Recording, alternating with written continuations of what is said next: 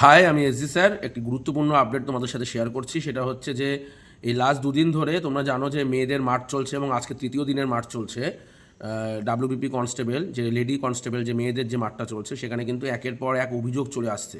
এবং এটা নিয়ে গতকাল রাত থেকে আজকে এখনও পর্যন্ত, যতক্ষণে ভিডিওটা করে তোমাদের জানাচ্ছি, টানা ফোন এসেই যাচ্ছে। বিভিন্ন লোকের বিভিন্ন রকম সমস্যা হয়েছে মাঠে। তো সেইগুলোকে আমাকে দেখতে হচ্ছে, আমাকে আজ সারাদিন এখানে থাকতে হবে, মানে এই গোটা সিস্টেমটার সাথে। সেই জন্য আজকে রানাঘাটে আমার যে চারখানা ক্লাস ছিল, আপাতত শুধুমাত্র অঙ্কের ক্লাসটা সাসপেন্ড রাখা হলো। এই ক্লাসটা তোমাকে আমি পরে করিয়ে দেবো।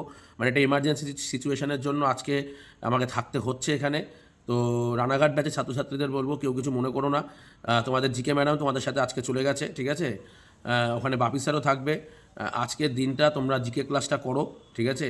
একটা মক টেস্ট দাও। আজকে আমি থাকতে পারছি না, এরকম একটা সমস্যা সারা বাংলা জুড়ে হয়েছে। আমাকে আজকে এই দিনটা থাকতে হবে। এবং আগামী সপ্তাহে আমার যে ক্লাসগুলো রয়েছে তার ম্যাক্সিমাম ক্লাস অফ থাকবে। সেগুলো আমরা মাসের শেষে 29, 30, 31 করিয়ে দেবো। আমরা বহরমপুরে আমি প্রথম দিন থাকছি। যদি যে সমস্ত ছেলেমেয়েরা যায়, প্রথম দিন বহরমপুর আছে ছেলেদের, অর্থাৎ 13 তারিখ, আমি 12 তারিখে হয়তো চলে যাব। 13 তারিখ আমি নিজে থাকবো। সমস্যা হলে আমি দেখার চেষ্টা করব কি করা যায়, কতটা কী করা যায়, এবং আশা করি সমস্যা হবে না। তো যে সমস্ত ছাত্রদের 13 তারিখ মাঠ পড়ছে, অবশ্যই 12 তারিখ রাত্রেবেলা বা 13 তারিখ সকালে অবশ্যই তোমাদের সাথে দেখা হবে।